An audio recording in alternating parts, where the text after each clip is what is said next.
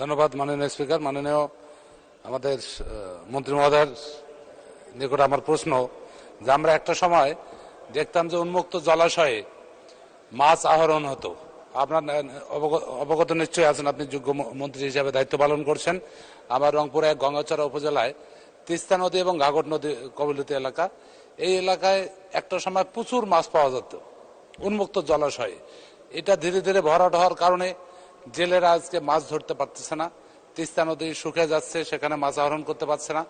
আপনার কাছে আমার অনুরোধ যে এগুলা কিভাবে আবার সংরক্ষণ করা যায়, অভয়শ্রম করা সহ যেগুলা ডোবা আজকে ভরাট হয়ে গেছে, বিশেষ করে আমার ঘাঘট নদী সহ অনেক ডোবা আমার এলাকায় এই আপনার পড়ে আছে, এইগুলা খননের মাধ্যমে আবারও আমাদের সেই ঐতিহ্য যেটা মাননীয় প্রধানমন্ত্রী আজকে সারা বাংলাদেশের এবং আপনার মন্ত্রণালয়ের মাধ্যমে সারা বাংলাদেশে যেভাবে মৎস্য জোয়ার উঠেছে।